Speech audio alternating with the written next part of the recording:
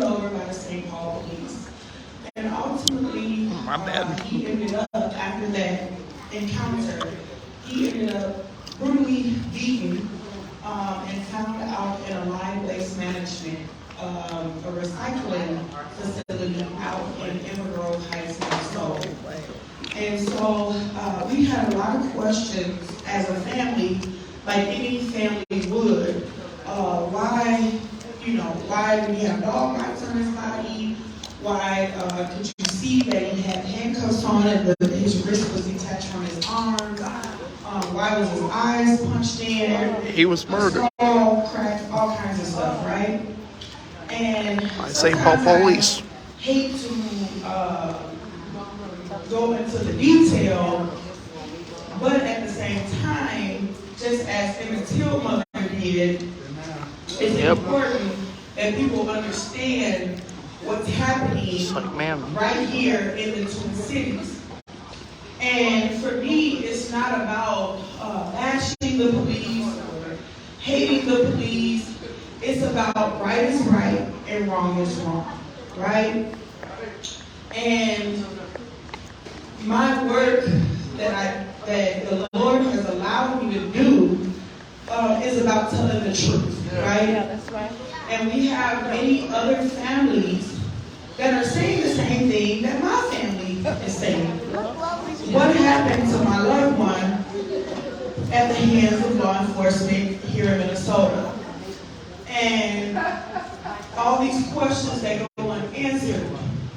And so we're not asking for anything that any other human being would ask for. So on my journey of trying to get answers, trying to see the surveillance, the real surveillance of what happened to Justin before it cuts out when they catch him. Because he did run on foot. However, a week before Justin ran from them on foot, he was pulled over by the St. Paul police and beat up for no reason. And taken to jail, and I got him released and got his car at the impound lot. And 7 days later, he was found beaten brutally after being put over. So, as I started searching for answers, I began to be followed by the St. Paul police. They would sit outside my home and all these things. And so, at that point, I almost like went into a depression. And I always say that there's a few ways that you can go with your sadness and your hurt and in life and your frustration. You can either go into a state of depression. You can go into a state of anger. And when you go into a state of depression, you can go down into like this deep dark hole where you're hurting and you can't come out of it. It seems like you just, it's a pain you can't get away from. Or you can go into anger where you may do some things where you're angry. You may even fall into drug addiction, all kinds of things. And then there's one last way that you can go with your pain and your hurt. You can let the pain and the hurt motivate you and be your gas to help others, to be your gas and your fuel to uplift other people, to try to make good out of what the enemy intended for bad. You can do what you can to try to make good out of that situation. So as I was on my journey of trying to seek answers for Justin, I began to start coming out publicly speaking about, I started seeing public events that I would never go to at first because I was so afraid. The fear that had been instilled inside of me from the stalking was real, right? And even to this day, as I'm out there publicly speaking about Justin and other injustices, I still feel that fear. I just fight through that fear. But I started to see public events by my brother Henry Trayvon with Black Lives Matter Minnesota, by Monique's Kayodoti. They would do events out in the community. And then I met a woman named Kim Handy Jones, who her son was killed by the St. Paul police right down the street from me. Cordale Handy. So this building is where Trayvon and Monique do a lot of the events every year, which is coming up in March for Cordale Handy. Yep, I'll be But there. anyway, as I started to speak publicly about what happened to Justin, I started meeting other families, like Monique Collier-Dougie, who her nephew, who was killed, Marcus Golden, by St. Paul police. And I met Miss 8 Kim years ago Saturday. who her son was killed. And then I met Cordale Cheryl's mom, who he was allowed to die on the floor of the Beltrami jail as he was begging for medical attention, and they would not give that to him as a human being. And that's the sister of Trayvon Cruz. So as I started to meet these families, I found out that Miss Kim, Cordale Handy's mother, was doing an event every year, bringing families from all over everywhere to come together, to love on each other, to do support groups. But that was a once-a-year thing, right? So then I ended up meeting Jamar Clark's sister. And we were talking and we were saying, like, we just needed something a little bit more often than once a year, that we needed to come together and strategize. So we started having support group meetings on at Freedom Library over on the east side of St. Paul.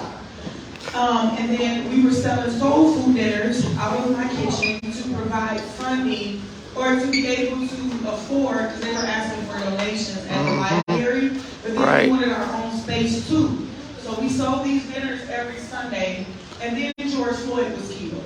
And when George Floyd got killed, it was like something spoke in my heart and was like, now is the time for all of us to say that this happened to me too.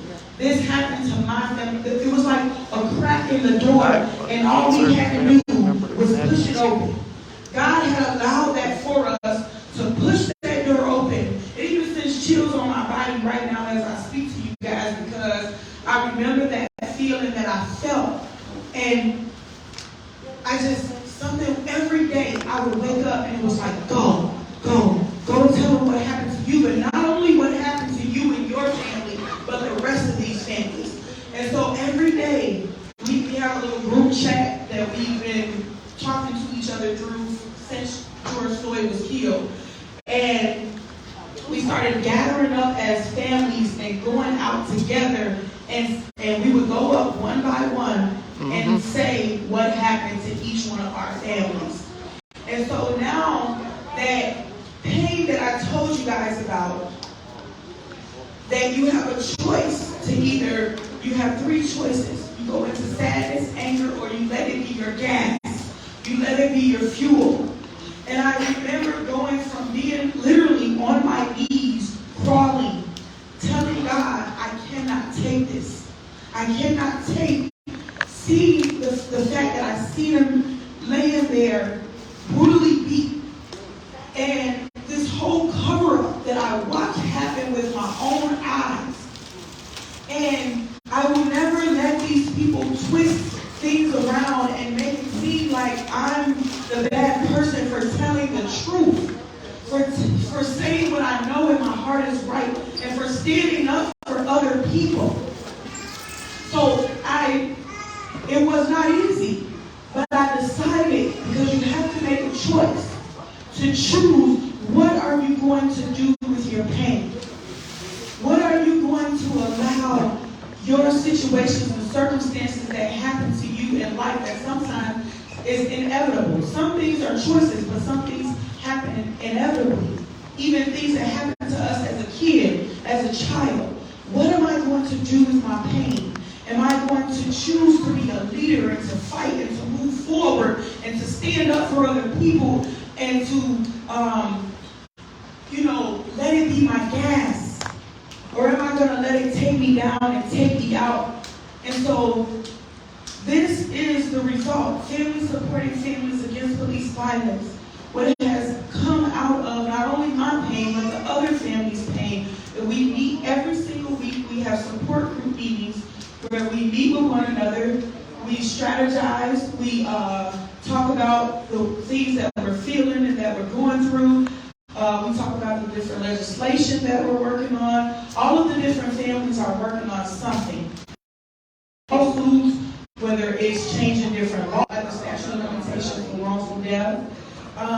But we will continue to stand in solidarity. And that's families from Dante Wright family, the George Floyd family, Marcus Golden family, Cordale Handy family, Mayor Locke's family, all of our families. One thing about it is that we are together and we have a system, or we're creating a system, because we have to have a system just like they have a system, right? There is not one family alone that's going to fight a system that has been designed and created and critiqued to keep us certain. Combat that is if we have a system too, right? And so, Say that. Again, it's not about hating the police, because we do believe that there's some good officers out there. But at the same time, as I always say, I only hate the bad ones. Corruption. And if you see somebody do something wrong and not upholding that corruption and speaking out about it and telling the truth about it, and but we know what's going on, right? We know, and now that we know it, one thing that I believe that the enemy hates more than anything is being exposed. And that's why. Yep. Say that. Else. I can't go. You know, when my son's father got killed, I had all these angry thoughts that came in my mind, right? I'm like, I want to go do this. Well, I can't do that. But one thing that I can do that they can never take away from me is my voice. Yeah. My voice. So we have to continue to have these conversations. We have to continue, and one thing that can't stop me from doing too is showing up. So we have to continue to show up. Say that. We have to continue to speak, because that's really the Say only that, my power sister. I have. My ability to show up and my ability to speak. And that's what I choose to continue to do, and I encourage you guys to continue to do the same. Continue to show up and continue to speak. Continue to tell your truth. Their truth don't gotta be your truth. But you know what your truth is. Continue to speak that and continue to stand I'll stand up on for mine. what you know your heart is right. Thank you.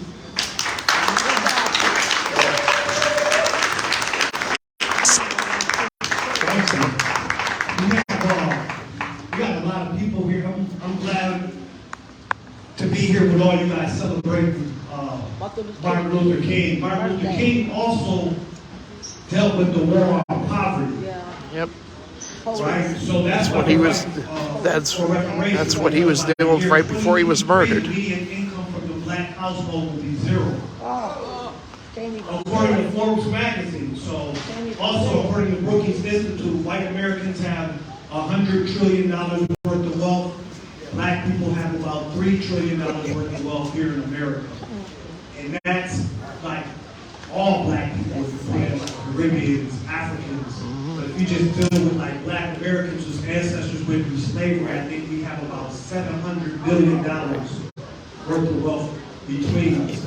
And that's not because we're dumb, stupid, lazy. It's not your baby's mom's fault. It's not your baby's dad's fault. According to Demos, the racial wealth gap is substantial and is driven by public policy. Public policies are laws that are made by people. And in Minnesota, according to Ramsey County audit from 2008, Ramsey County's policies and procedures harm the people that society fears the most. And the people that society fears the most look like Justin Teague, look like Marcus Gold, look like George Floyd, look like Breonna Taylor. So when we're talking about police brutality, mass incarceration, and economic justice, all these things intersect together. So that's why we're here to address that now. We got Anika Bowie from the Rondo community. She's just going to come up and say a couple words real quick. Please give her a round of applause. I see you, Anika. Or she's going to be at the other event later. Hey, how y'all doing? All right. How y'all doing? I'm glad I got to eat, because I definitely don't want to be in front of a hungry audience at all. So happy MLK Day, y'all. Say that. Before I even start, I just want to honor our late great activist Mel Reeves. Rest in peace. He was one of my And inspirations. why I mentioned it, because I think about when I was just a young person, you know, some people, based off my looks, I still look young, but I'm no longer a youth age. But I remember he had trained and developed and nurtured and invested in my activism at a young age, where he met me, where I was someone who you would say had righteous rage, right? I came from a community that not only was predominantly African American, a lot of people know the history, heard the history of Rondo, but my neighborhood also was impacted so much by mass incarceration, right? We were very criminalized. A lot of people my age, before they even made it to the graduation stage, they was already locked up, right? A lot of people in my family, to where prison became a rite of passage. So when I met Mel Reeves, he was somebody that embedded the spirit of activism and channeled my righteous rage to be able to demand policy change, right? He was someone who taught me that the people that we elect or don't elect, Justice right, then peace, as he would say. Be participating by even voting, make decisions that impact our lives. So in 2019, I had the courage to run for St. Paul City Council in Ward 1, because I believe that we can't just be on the sidelines complaining. We have to actually show up. That we want somebody who lives our experiences and who's going to fight for our issues, who's going to talk about the change that we need to see. We have to be bold enough to get outside of our comfort zone and not only run for office, but show up to the hearings, show up and introduce policy. So when I ran in 2019, I had learned so much in that process, and even though I got past the finish line, but I'm running again this year. And it's really important that a lot of people know me from politics. They say, Anika, you've been in politics for the past 12 years. I just want to be very clear. I'm not running only to win. I'm running because we need to build a community, and we actually need to build community both in our neighborhood. And reparations is at the center of how we're even going to have any economic development possible.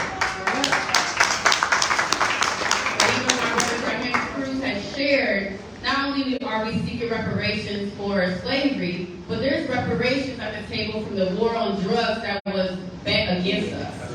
Yep. Right? They're proposing legalizing. How we possibly get a chance to legalize marijuana. What does it look like to actually invest in our communities, invest into our entrepreneurs, have some black-owned dispensaries. invest into our economy to where we are able to Expunge use that all revenue and have that convictions. cycle back into our community, right? So again, I'm all about building community wealth. I come from a family of small business owners. I come from a family of artists. And I come from a family who don't take no mess at all, right? I got a strong backbone. I've been in this game for a really long time. And it's time that we actually have somebody at the city council that's going to be our voice and who actually have lived our experiences. So again, thank you so much for even hosting this, because what we're doing right now is going to continue the pathway for reparations on the city council. I'm sure you already shared. The commission has already passed, so there's going to be something established already. Thank you to your leadership, City Council Member Jane Prince. And also we have yes, give her flowers. Give her flowers. That's Ella right there. We also have the Inheritance Fund that was just announced today by our Mayor Carter at an event, to where we're going to have up to $100K, up to $100,000 in forgivable loan for a down payment assistance for the descendants of Rondo to move back into the community and be homeowners. That's what's up. Because we know homeownership is how we generate wealth. That's what's up. And It's owed to I'm them. here today also to say that I'm a strong believer and champion for us to have a business cultural district in Rondo. My goal in my 4 years is to ensure that we have a black business cultural district in Rondo, and being very unapologetic put it down them on about Sylvie it. or And we somewhere. have some of the most historic, prominent organizations like Penumbra, which is like the first African American Cordale theater art center. We have the Black Healing Arts Center in my district. We also have Walker West Academy that has uplifted Black artists. And we have so many more, right? So I'm here to be a partner. I'm here to make sure that when I get on the council that we get things done and also represent the change and understand the stories and the narratives and the lived experiences we all have shared. And I'm here also to make sure that we are not only sitting in our pain, like our sister Tara said, but we're bringing our pain, transforming our pain to power for political change. Right? Yeah. Transforming our pain to power for political change. Make the world better. Was causing a lot of these pains in our community. Now we get to change the policy, but implement the policies, we'll see that change. And that we can only do that when everybody's involved. So I appreciate you for showing up and showing out. We gotta get this work done. And again, make sure you're involved, you're engaged. You can follow me on Facebook and Instagram. That's Anika Bowie, ANIKABOWIE. I'll be here for a little bit. I gotta go across the river and do another MLK Day event. But thank you so much. Yeah. I wonder if it's the one where I'm about to go to. That's at 6 o'clock. Back in my area. We have Marvina from Minnesota wrongfully. Hey, Marvina. Judicial Committee. I'm sorry. I always. She got her daughter with her. A lot of times we just been focusing on police brutality. We haven't really talked about what's happening in our jails, what's happening in our prisons.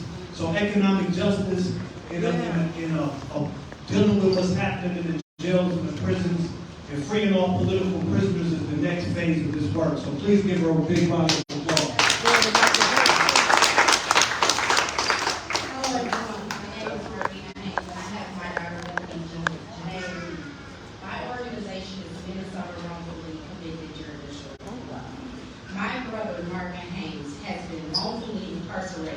Right here in Minneapolis for the last 18 years.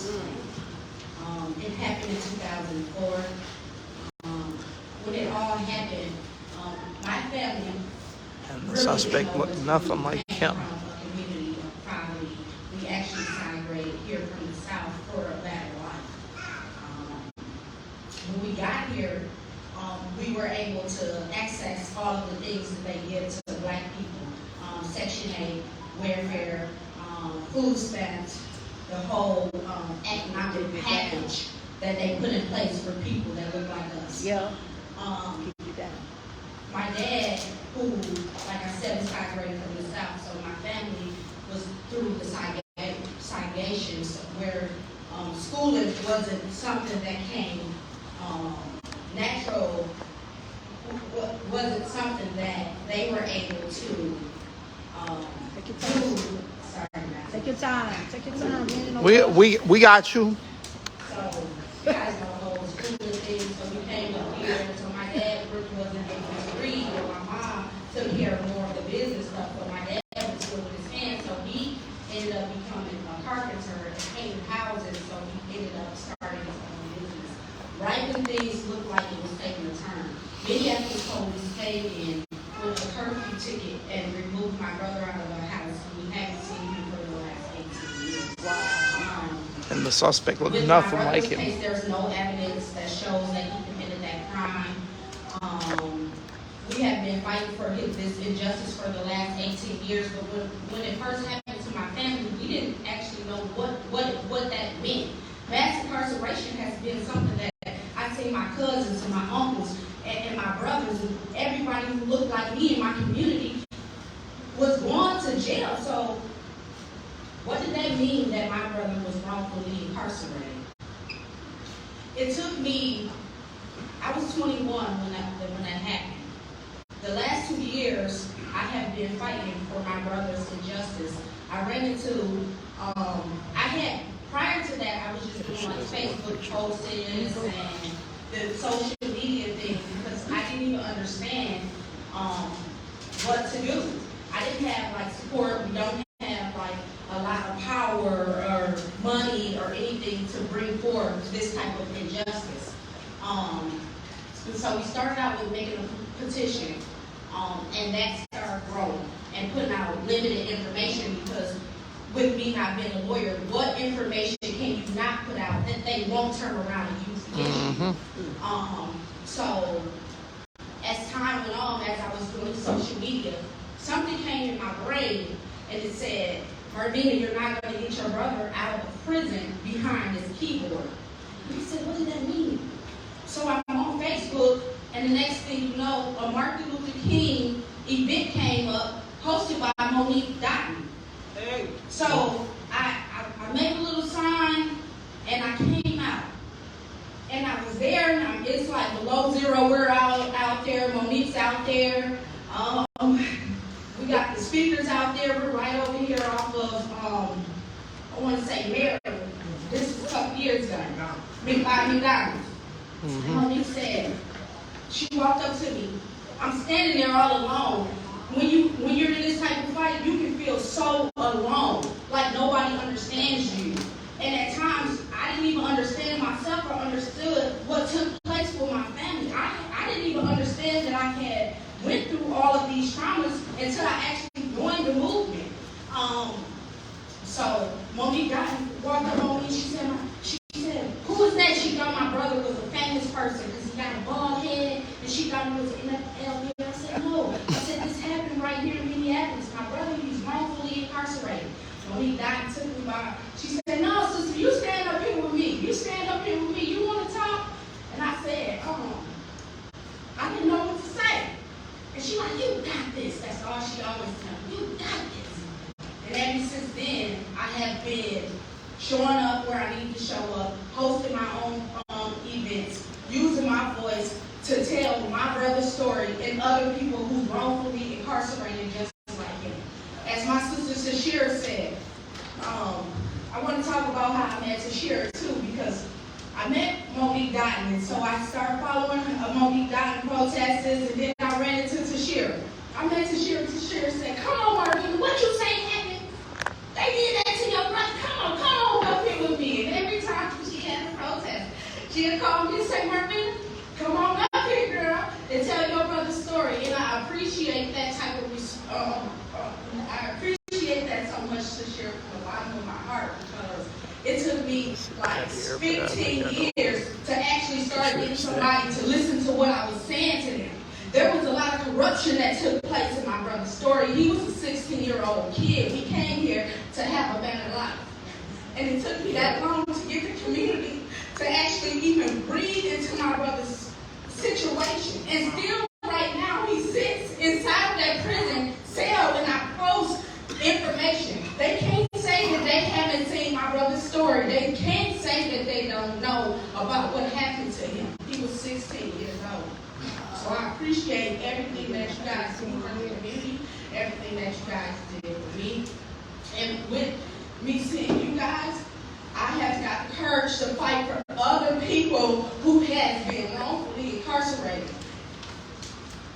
People know what's going on, but if you're not connected in the movement, they'll turn their back on you.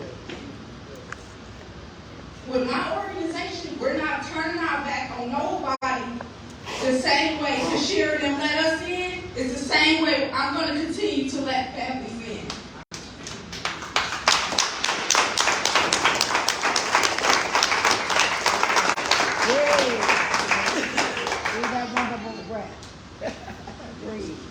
So with my organization, like I said, we're going to bring awareness to the injustices that took place right here in the state of Minnesota. We're going to reform some of the laws that keep our people in prison. We're going to reform the law that have juveniles questioned without their parents. We're going to reform all of the laws that we can that keep a certain type of people in prison. Okay, you guys, thank you. And before you see me, you're going to see one of my kids because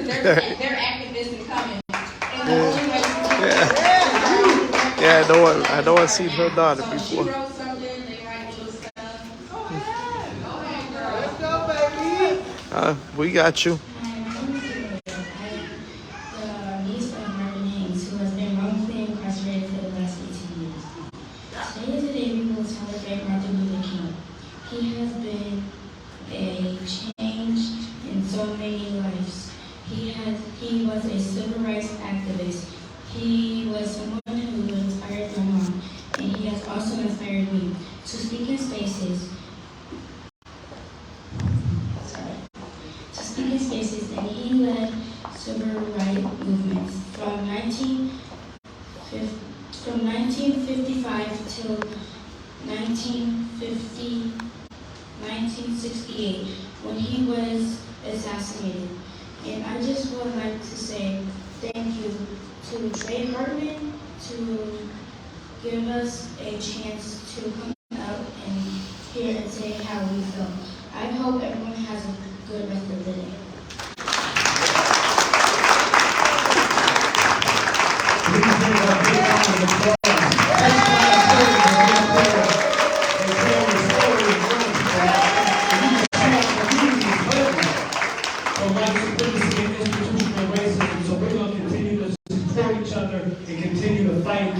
White supremacy and institutional racism and demand what America owes us. Justice, economic justice, Then peace. socially, politically, economically, and even spiritually. I think we have Representative John Thompson here. I wanna give him his flowers real quick. We're not all like polished. They Things, but he introduced the Minnesota Migration Act last year. I wrote it, but he put it together legislatively. So I told him what we wanted to do, and then he had his staff member write it out for us. So I really just wanted, if you could just say, take like 1 or 2 minutes just to, if we can just give him a round of applause.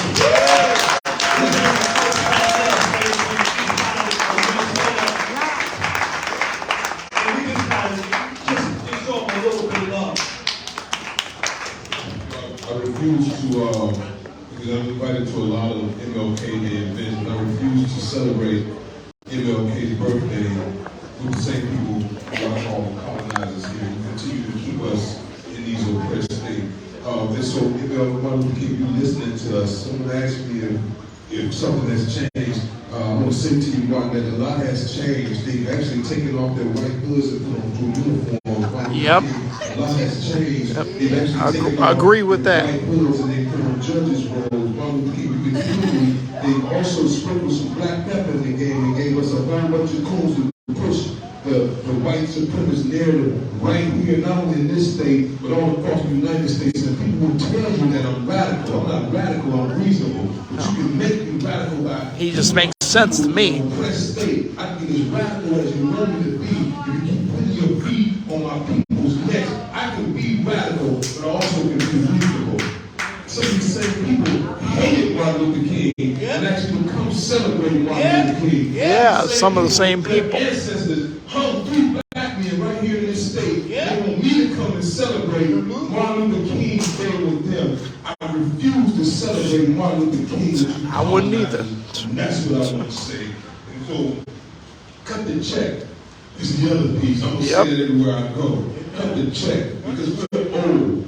You got to think about how much money we pay in taxes. Time and time again, here in this state, they have no problem taking our money out of our pocket. When you get your paycheck, your money's already taken. And the return on our investment is not even equal to the amount of money that black people it's like pay in what taxes. he said on Saturday down the road from here when I was. We're asking for a handout. No, we're not asking for a handout. We're asking for a return on our investments. Let us get to pick the teachers who teach our kids in these schools. We say culturally intelligent teachers. We need culturally intelligent teachers. Let us get to pick the mental health, behavioral health specialists that are in our community. Right. We say culturally intelligent. We mean culturally intelligent. And we're not talking about people of color. We're talking about people that look just like us. Let me just give you this one more second. Martin Luther King said, I have to remember this because Margarita Hayes said that. I don't know if people know this about me, but if there was no Monique Collins-Doty, there would be no John Thompson with a microphone. It's the first person to ever give me a microphone and say, John, get your butt up here and speak. Because so, Monique, I want to say I love you. Thank you. There was no Monique to be with John Thompson. There was no reason for me to be here. I don't know if people know that about me and Monique, but there was no John Thompson if there was no Monique. Yeah, both of y'all told me that, yeah. Say thank you so much, man. You know, we normally just wait till people go and don't give them their roses. I love you. And I remember you taking a chance on me. Don't let people tell you nothing about me. You can see me in the flesh. And you can see exactly what I stand for, who I represent. I have no problem telling you that I stand for the end of oppression. I stand for the righteous path. The righteous path. Say you that, can't oppress my people. You can't kill my people. You can't keep my people in the conditions that you keep them in these communities and expect me to be quiet. Because our lives begin to end when we become silent about things that matter. And that's what Martin Luther King said to me. And that's what Martin Luther King's birthday means to me. Those that quote right there, I take with me. Say that. Where I go. I may be loud. I may be radical. I may be whatever you want to call me, but I'm not cool. All right, now. I'm going to continue. I'd say he got sense. To promote the black agenda because I'm a black man with a black plan. I have black kids. I got a black car. I got a black toilet. I got a black toaster. I got a black refrigerator. I got a black dog. Yeah, black wife, who else, you know? I ain't been nothing but black all my life. I'm not trying to leave no other races out, but y'all got people to represent y'all. Alright? I'm not Hmong. I'm not Somali. I'm not a person of color. You can't even put our money in that person of color pot. I'm a black man, so when I ask for stuff for black people, don't call me racist. Don't say I'm leaving other people out, because y'all left black people out for far too long and they expect us to show up and Martin Luther King's birthday and celebrate with y'all. Stop me when I stop telling the truth. I put the microphone down. For far too long, y'all have left us out, our communities out. Take this into consideration. Right now, there are a bunch of white people in this state, running this state, saying, we're going to do something about the crime in the community. We're going to come down hard. We're going to pass laws to lock black people up. But you won't pass any kind of laws to keep them out of it. Right.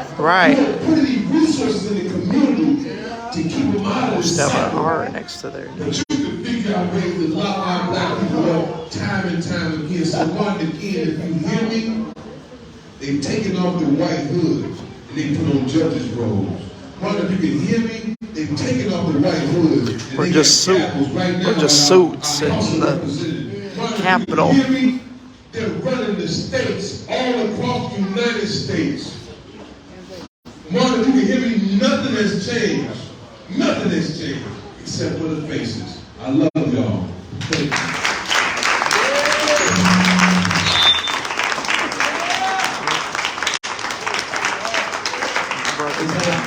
My brother said.